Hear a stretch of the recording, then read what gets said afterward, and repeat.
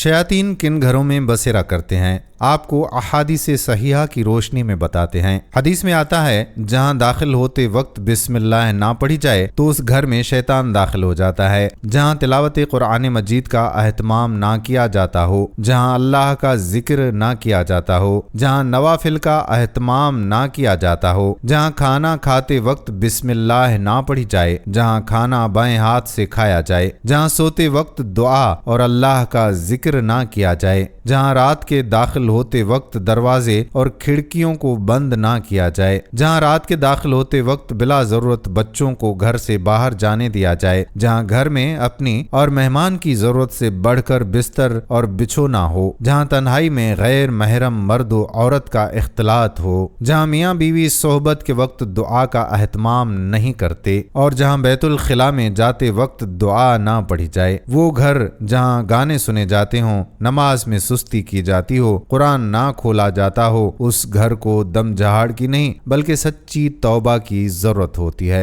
दुआओं में मुझे जरूर याद रखिएगा और इस वीडियो को शेयर कर दीजिएगा।